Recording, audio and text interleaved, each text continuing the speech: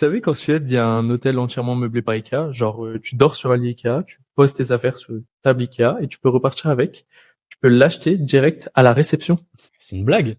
Pas du tout, il est à Almult, le village où Ikea est né. C'est un peu le Disneyland du meuble en kit.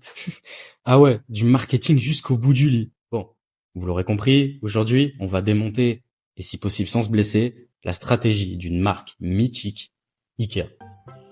Bienvenue dans Sa marque, le podcast qui révèle les histoires qu'on ne lit pas sur les étiquettes. Aujourd'hui, on va voir comment un ado suédois de 17 ans a transformé une simple idée en un empire mondial.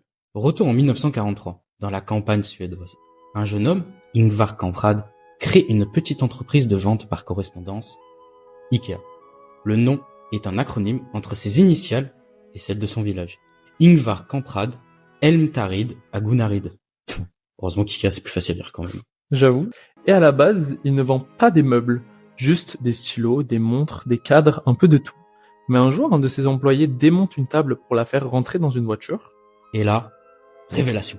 Kamprad comprend qu'un meuble à plat, c'est plus facile à transporter, à stocker et surtout à vendre moins cher. C'est là la naissance du meuble en kit. Sans le savoir, il vient d'inventer une nouvelle manière de consommer. C'est là toute la force d'Ikea. C'est sa promesse. Simple. Du design pour tous. Et pour y arriver, la marque fait participer le client à chaque étape. Choisir ses meubles, les transporter et les monter soi-même. C'est bien parce que tu bosses un petit peu, tu payes moins cher, c'est tout le bon deal. Mais surtout, Ikea transforme l'achat en totale expérience. Les magasins sont des labyrinthes où tu testes, tu rêves et tu craques toujours pour une bougie au pain d'épices, une plante trop mignonne ou alors un plaid tout doux en sortant. C'est vrai. Et tout ça, c'est quand même ultra bien pensé. Le parcours client, les espaces immersifs, les cafés, les boulettes suédoises, chaque détail raconte sa propre histoire.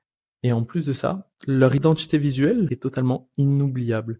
Les couleurs bleues et jaunes, les noms suédois imprononçables comme t'as pu dire juste avant.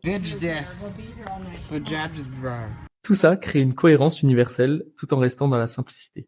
Et depuis quelques années maintenant, Ikea mise sur le marketing durable, meubles recyclés, matériaux plus responsables, et même un service de reprise pour prolonger la vie des produits. Bon, en vrai, tout ça c'est super, mais rien n'est parfait. Les meubles Ikea, c'est pratique, mais c'est pas éternel. Et certains critiquent la production de masse face aux problèmes de l'industrie dans le champ de l'écologie. Et ouais, et le montage, on en parle. Mais au-delà de ça, la marque reste quand même un symbole d'accessibilité et de démocratisation du design. En vrai, je pense que ce qui serait top, ce serait de pouvoir plus personnaliser, c'est-à-dire pouvoir choisir les couleurs, les tailles, les matériaux comme un Ikea sur mesure qu'on ferait nous-mêmes.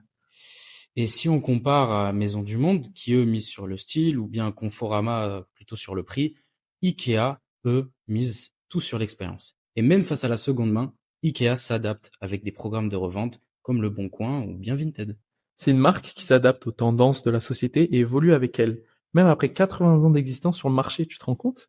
Et oui, mais alors du coup, avec tout ça, qu'est-ce qu'on retient de cette histoire? Une contrainte comme le transport difficile d'un meuble peut devenir une opportunité marketing géniale. Mais aussi qu'en impliquant le client, on crée de la fidélité et une vraie expérience émotionnelle.